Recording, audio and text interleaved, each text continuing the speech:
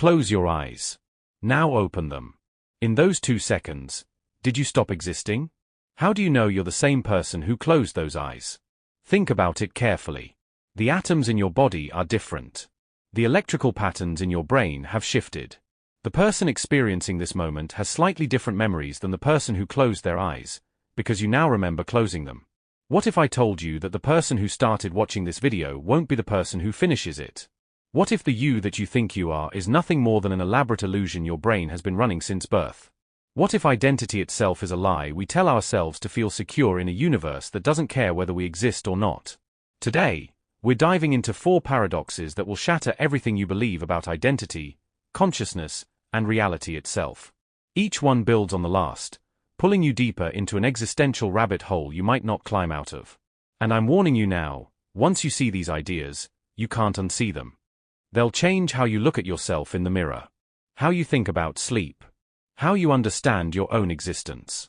First, we'll destroy the concept of identity with the ship of Theseus, a 2,000-year-old paradox that proves you're not who you think you are. Then, we'll question whether consciousness even matters with the Swampman paradox, where a perfect copy of you emerges from nothing. Third, we'll explore why you might be immortal in the worst way possible through quantum immortality, a theory that suggests you can never experience your own death. And finally, we'll end with the Boltzmann brain, a cosmological nightmare that suggests you, me, and everything you've ever known might have popped into existence 5 seconds ago, complete with fake memories of a life you never lived. By the end of this video, you'll question whether the person in the mirror is really you, or just a stranger wearing your face. You'll wonder if you've ever truly existed at all. And you'll never think about consciousness the same way again. Are you ready? Because there's no going back from this. Let's begin. When do you stop being you? Imagine you own a wooden ship. It's beautiful, built by master craftsmen, every plank perfectly fitted. You love this ship. You sail it for years. But wood doesn't last forever. Over the years, pieces start to rot. The harsh ocean salt eats away at the hull. Storms damage the masts. Time takes its toll. So you do what any responsible ship owner would do. You replace the damaged parts. A plank here. A sail there. A mast. A rudder. Piece by piece, year by year, you maintain your ship. Eventually, after decades, you've replaced every single piece of the original ship. Not a single atom of the original remains. It's all new wood, new rope, new canvas. The question is simple, but the answer will haunt you for the rest of your life. Is it still the same ship? This is the ship of Theseus, a paradox that's tormented philosophers for over 2,000 years. It was first recorded by the Greek historian Plutarch, who pondered this exact question about the legendary ship of the Athenian hero Theseus. The Athenians preserved Theseus's ship in their harbor for centuries, replacing rotted planks as needed. And they couldn't agree. Was it still his ship? Most people's gut reaction is to say yes. It's the same ship. After all, it's a gradual process. You didn't suddenly swap one ship for another. You maintained continuity. The ship never stopped being a ship. It never stopped serving its purpose. There's an unbroken chain of existence from the original to the current version. But here's where it gets disturbing. This isn't just about ships. It's about you. Every 7 to 10 years, most of the cells in your body are replaced. Your skin cells regenerate completely in about 2 to 4 weeks. Your liver regenerates in about 5 months. The lining of your stomach replaces itself every few days. Even your skeleton, which seems so permanent, is completely renewed roughly every 10 years. The atoms that make up you right now are not the same atoms that made up you a decade ago. You're a completely different collection of matter. Different carbon. Different oxygen. Different everything. So answer honestly, are you still the same person you were 10 years ago? Most people say yes. They insist there's something essential, some core identity that persists through change. You have the same name. The same memories. The same personality, more or less. You feel like the same person. So you must be the same person, right? But let's make this harder. Let's add the twist that makes this paradox truly disturbing. Imagine someone has been following your ship around. Every time you throw away an old plank, they collect it. Every discarded sail, every replaced mast, they save it all. And once you've replaced the entire original ship, they take all those old parts and rebuild the original ship elsewhere, using only the original materials, in the original configuration. Now there are two ships. One made from the original parts, sitting in a warehouse, assembled exactly as it was on day one. One made from entirely new parts, sailing the seas, maintained in continuous use. Which one is the real ship of Theseus? The original parts? After all, these are the actual atoms that made up the ship when Theseus sailed it. This is the matter that has historical significance. Or is it the continuous existence? The ship that's been actively used, maintained, that has an unbroken chain of being from the first day to now? There's no clear answer. Both claims are valid. Both ships have equal right to the title Ship of Theseus. Which means identity isn't as simple as we thought. It's not just about physical continuity, and it's not just about material composition. It's something else. Something we don't fully understand. Now let's apply this to you. And I promise you, this gets much worse. Imagine scientists develop a perfect scanner. It can map your brain, atom by atom. Every neuron. Every synapse. Every connection. Every memory encoded in the patterns of your neural structure. It captures everything that makes you you at the informational level. Then they build a perfect copy of you, atom by atom, in another room. This copy is molecularly identical. It has your memories, your personality, your fears, your dreams, your sense of humor. It has that childhood memory you cherish. It has your opinions about pineapple on pizza. It knows your mother's voice. It remembers your first kiss. This copy wakes up believing it's you. Because from its perspective, it is you. All its memories say so. Every thought pattern confirms it. Both of you are standing in the same room now. The original. The copy. Both made of different atoms. But one of you has continuity, the unbroken chain of consciousness from birth to this moment. The other has your original pattern, your original information, perfectly preserved. Which one is the real you? Here's where it gets even worse. What if they built the copy while you were asleep?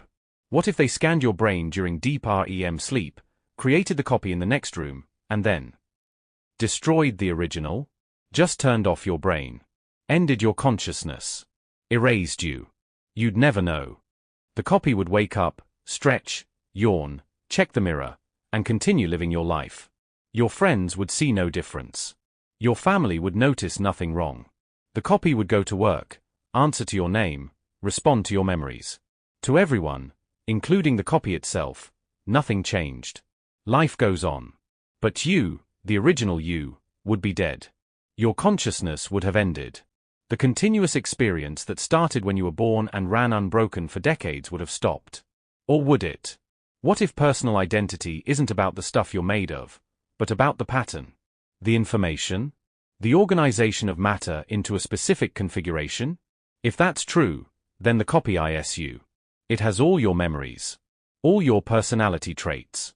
All your quirks and habits. From an informational perspective, nothing was lost. You weren't destroyed. You were transferred. Copied. Your death wouldn't matter because you would continue in another form, in another body, made of different atoms. And if you accept that, then you have to accept something even more disturbing. You die and are reborn constantly. This isn't science fiction. This is the teleportation problem. If a teleporter worked by scanning you, destroying the original, and rebuilding you elsewhere using new atoms, would you use it? Every atom would be identical to your original configuration. Every memory would be intact. But the original you, the collection of matter experiencing consciousness right now, would be obliterated, and a copy would step out on the other side, genuinely believing they survived the trip. Most people, when they really think about this, say they wouldn't use it. Because deep down, we believe there's something special about this body, this consciousness, this continuous experience. We're not just patterns. We're not just information. We're the actual substrate having the experience. But are we? Is there really something special about these specific atoms? Or are we clinging to an illusion? Neuroscience tells us that consciousness isn't a thing, it's a process. Your sense of self, your feeling of being you, is just neurons firing in specific patterns. There's no ghost in the machine. No soul. No special substance that makes you you. You're an emergent property of physical matter arranged in a particular way. You're just a pattern that thinks it's a person. And patterns can be copied. Patterns can be transferred. Patterns can exist in multiple substrates simultaneously. So if you could be perfectly copied, and the copy is indistinguishable from you in every way, same memories, same personality, same consciousness, then what makes you special? What makes this version of you the real one? The answer is nothing. You're only you because you have an unbroken chain of consciousness from the moment you were born to this exact second. But that chain is arbitrary. It's an accident of biology. There's no metaphysical truth that makes you more real than a perfect copy would be. You just happen to be the version that maintained physical continuity. And if that's true, if continuity is all that separates you from a copy, then the you that started this chapter isn't the you finishing it. Because consciousness isn't actually continuous. Every time you sleep, your consciousness stops. It doesn't just pause. It ends. The pattern of neural activity that creates your sense of self dissolves. And when you wake up, a new pattern forms. A new consciousness emerges, with memories of being you, and assumes it is you. But is it? Or is it a different consciousness, a different person, who just happens to have access to your memories and believes itself to be continuous with the person who went to sleep? You die every night when you fall asleep. And a stranger with your face, your memories, and your identity is born every morning. They believe they're you. They have your memories to prove it. But the consciousness that fell asleep is gone. It ended. It ceased to exist. And you'll never know the difference. Still think you're the same person you were 10 years ago? Hell, are you even the same person who started this video? The ship of Theseus teaches us that identity is an illusion we maintain through narrative. You tell yourself a story about being a continuous self, and you believe it because the alternative is too terrifying to accept. But the truth is, you're a constantly changing pattern of matter and energy that only appears stable from the outside. But identity gets even stranger. Because what if you never existed in the first place? What if consciousness is just a trick, and the person you think you are was never real to begin with? What if continuity doesn't matter because consciousness itself doesn't require a history? Let's talk about the swamp man. Does consciousness even matter? A man is hiking through a swamp alone. It's late afternoon. Storm clouds are gathering. The air is thick and humid. He's thinking about his life. His family. His work. His plans for tomorrow. He's completely, undeniably conscious. Experiencing the world. Existing. Suddenly, without warning, lightning strikes. A massive bolt of electrical energy, millions of volts, strikes him directly. He's vaporized instantly. Every atom in his body is torn apart. He doesn't even have time to feel pain. He's just gone. Dead. Erased from existence. But at the exact same moment, in the exact same spot, something impossible happens. Another bolt of lightning strikes a dead tree standing next to where he died. And through an impossible, incomprehensibly improbable cosmic coincidence, the lightning rearranges the molecules of the tree into a perfect copy of the man. Atom for atom. Molecule for molecule. Neuron for neuron. Memory for memory. This copy, let's call him the swamp man, opens his eyes. He's confused for a moment. There was a bright flash. Thunder. But he's okay. He's alive. He remembers hiking through the swamp. He remembers his name. His address. His wife's face. His children's voices. His entire life, every moment from childhood to this second, is intact in his mind. He checks himself. No injuries. Must have been a close call. Lucky. He continues hiking. Eventually, he walks out of the swamp. Gets in his car. Drives home. His wife hugs him. She asks about his hike. He tells her about the lightning, how close it was, how lucky he is to be alive. His children don't notice anything wrong. His friends don't act differently. His co-workers see no change. To everyone who knows him, he's the same person. Same mannerisms. Same memories. Same personality. Same everything. But he's not. He's not the same man. He's not that man at all. The original man is dead. Vaporized. Gone forever. The swamp man is a brand new being that popped into existence 30 seconds ago, complete with false memories of a life he never lived. He has no history. No past. No causal connection to anything that happened before his creation. He's a stranger. An imposter. A copy of a person who no longer exists. Is he the same man? The obvious answer is no. Of course not. His not the same man. His a copy. The original died. This is a different entity entirely. He may have the same memories, but those memories are false. He never actually experienced them. He never had a childhood. He was never born. He didn't meet his wife, fall in love, get married. Those are all implanted memories, created whole cloth by a cosmic accident. But here's the disturbing part. Here's what will keep you awake tonight. He would never know. You could never prove it to him. To him, he is the original. His memories feel completely real. His sense of identity feels continuous and unbroken. His consciousness is indistinguishable from what the original man experienced. From his perspective, absolutely nothing changed. He went for a hike. There was a bright flash of lightning. And now he's here. His life continues uninterrupted. He has no reason to doubt he's the same person who woke up this morning. So if it's impossible to tell the difference from the inside, if the subjective experience is identical, if the consciousness operates exactly the same way, does the difference even matter? This is the Swamp Man paradox, proposed by philosopher Donald Davidson in 1987. And it asks a question that cuts to the core of what it means to be conscious, to be a person, to exist. What if you're the Swamp Man? What if you popped into existence 5 minutes ago, complete with memories of a childhood you never had, relationships you never built, experiences you never lived? What if your entire past is a fabrication, implanted fully formed into a brain that's only existed for minutes? Think about it. Really think about it. How would you know? Your memories feel real, but memories aren't reliable evidence of actual past events. They're just neural patterns in your brain. Patterns that could have been created at any moment. You can't disprove it. Every memory you have, every feeling of continuity, every certainty that you've existed for years, could be fake. Manufactured. Part of the initial conditions of your spontaneous existence. You have no way to verify that any of your past actually happened. And here's what makes this truly, deeply terrifying. It wouldn't change anything.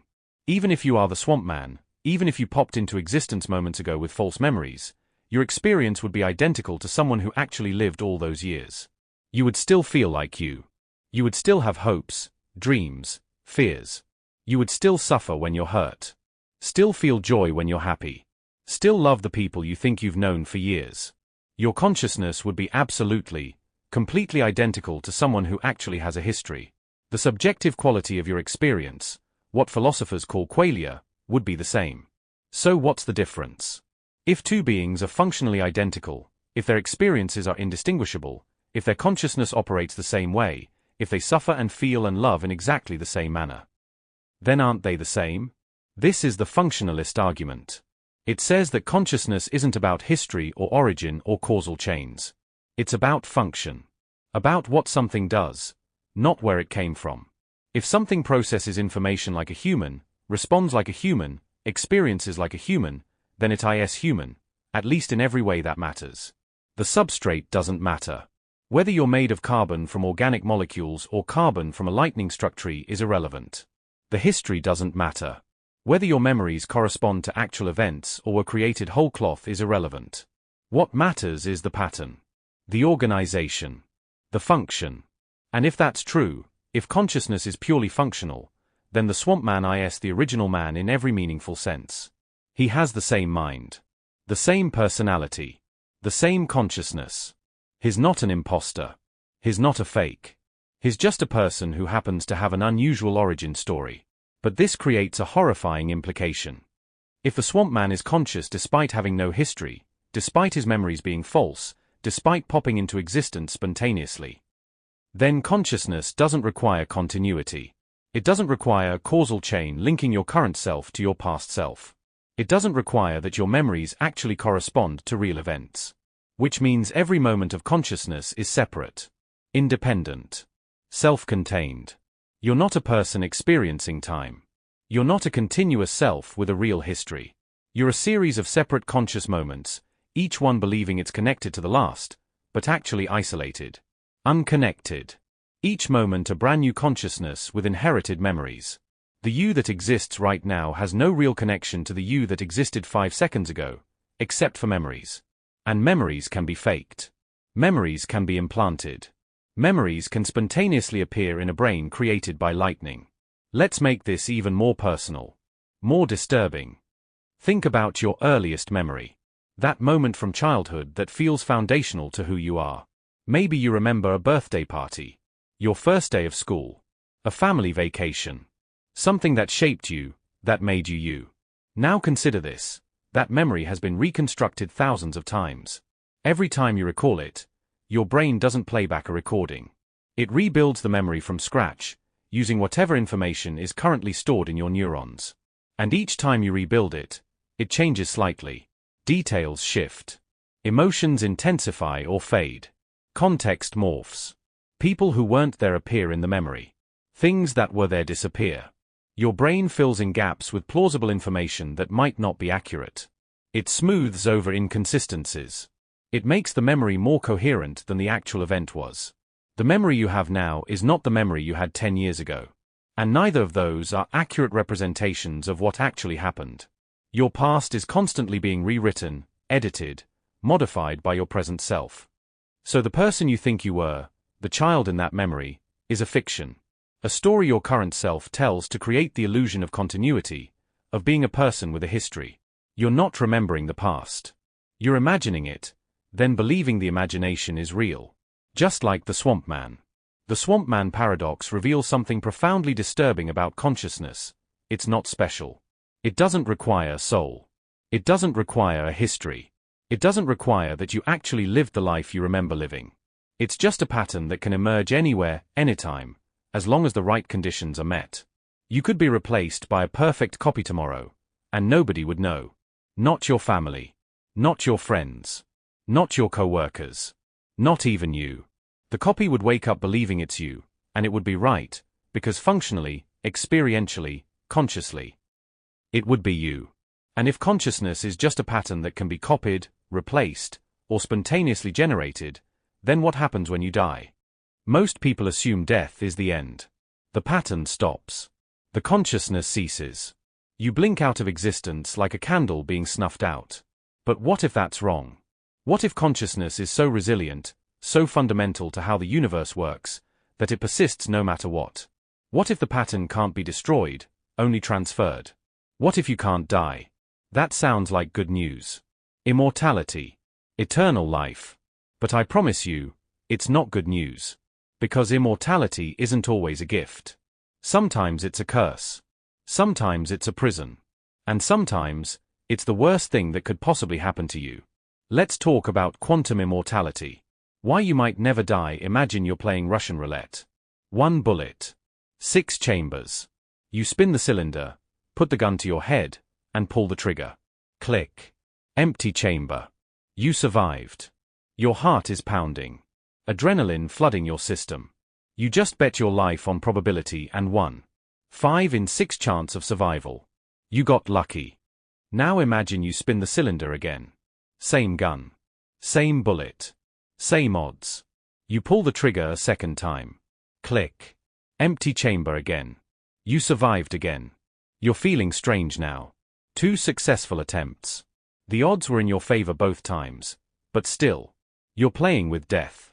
You should probably stop. But you don't. You do it again. And again. And again. 10 times. 20 times. 100 times. 1,000 times. Click. Click. Click. Click. And every single time, every single attempt, the gun doesn't fire. You survive. The odds of this are astronomical. Incomprehensible. After just 10 attempts, the probability of survival is about 1 in 60 million. After 20 attempts, 1 in 3.6 billion. After 100 attempts, the odds are so small they're functionally impossible. You should be dead. You should have been dead on the second attempt, statistically speaking. But you're not. You keep surviving. Every single time, against all probability, you're still here. Still conscious. Still pulling the trigger. Welcome to quantum immortality. And this isn't a thought experiment. If certain interpretations of quantum mechanics are correct, this is your actual reality. In quantum mechanics, there's a theory called the many worlds interpretation, proposed by physicist Hugh Everett in 1957. It attempts to solve one of the biggest problems in quantum physics, the measurement problem. According to quantum mechanics, Particles exist in superposition. They're in multiple states simultaneously until observed. Schrödinger's famous cat is both alive and dead until you open the box. But when you observe it, the superposition collapses, and you see one definite state. The many worlds interpretation says there's no collapse. Instead, every possible outcome actually happens. When you open the box, the universe splits into two branches. In one branch, the cat is alive. In another branch, the cat is dead. Both are real. Both continue existing. You just only experience one of them. So when you flip a coin, the universe splits into two versions. In one universe, it lands heads. In another universe, it lands tails. Both universes are equally real. Both continue existing side by side in the multiverse. You just happen to be conscious in one of them. Every quantum event, and there are countless happening every nanosecond, creates a new branching point. The universe is constantly splitting into incomprehensibly vast numbers of parallel timelines, each one slightly different from the others. Now apply this to life and death. Apply this to your existence. Every moment, there are quantum events happening in your body. Atoms decaying in your cells. Neurons firing or not firing. Chemical reactions that could go one way or another. Each event has multiple possible outcomes. And in some of those outcomes, something goes wrong and you die. A neuron misfires and triggers a fatal brain aneurysm. A cosmic ray strikes your DNA and causes instant catastrophic cellular failure. A random quantum fluctuation stops your heart. In those timelines, you die. Your consciousness ends. Your story stops. But in other timelines, the ones where those quantum events went slightly differently, you survive. The many worlds interpretation says both happen. Both are real. In countless timelines, you just died. But in countless others, you're still alive, still reading this, still conscious. And here's the crucial part. You can't experience the timelines where you die. By definition, death is the end of conscious experience. So you only ever experience the timelines where you survive. From your subjective perspective, you're immortal. This is quantum immortality, expanded by physicist Max Tegmark and others. If the many worlds interpretation is correct, then you will never experience your own death. You will always, somehow, miraculously survive. Not because you're special. Not because the universe favors you. But because consciousness can only exist in timelines where it continues to exist. It's a selection bias. A cosmic anthropic principle. You only observe the branches of reality where you're still an observer. You're in a car crash. Should be fatal. You should die instantly. But at the last possible microsecond, something improbable happens. The airbag deploys at exactly the perfect millisecond. Your body twists in exactly the right way. Your neck doesn't break. Your skull doesn't fracture. You survive. From the outside, watching from other timelines, you died. The paramedics declared you dead at the scene. Your family mourned. Your friends attended your funeral. But why you, the conscious observer, the subjective experience, you only exist in the timeline where those quantum events aligned perfectly to keep you alive. Your plane explodes at 30,000 feet. Should be absolutely, certainly fatal. No survivors. But through some quantum miracle, some impossibly specific series of quantum events, you're thrown clear at exactly the right angle. You land in deep water at exactly the right speed. Every bone should be shattered, but they're not. You survive. You get cancer. Terminal. Doctors give you months. But the treatment works. Against all odds, against all medical probability, your body responds perfectly. The cancer goes into remission. You survive. Every time death approaches, quantum probability finds a way to keep you alive. Not because you're lucky, but because you literally cannot experience the timelines where you die. From your perspective, your life becomes a string of increasingly improbable survivals. Near misses. Miraculous recoveries. Impossible coincidences. Other people die around you all the time, but somehow, you always make it through. So what happens as you age? Your body breaks down. Cells stop regenerating properly. Organs begin to fail. Death becomes more and more probable with each passing day. Heart attacks. Strokes. Cancer. Infections. Falls. 1,000 different ways for your consciousness to end. But it doesn't end. Because it can't end. Not from your perspective. You keep surviving. Against all odds. Your consciousness keeps finding the increasingly narrow, increasingly improbable timelines where you're still alive. Where quantum events align just right to keep your heart beating one more day. One more hour. One more minute. You become the oldest person alive. Then the oldest person who ever lived. Then older still. Your body is failing. You're in constant pain. Would it ever end? Nobody knows.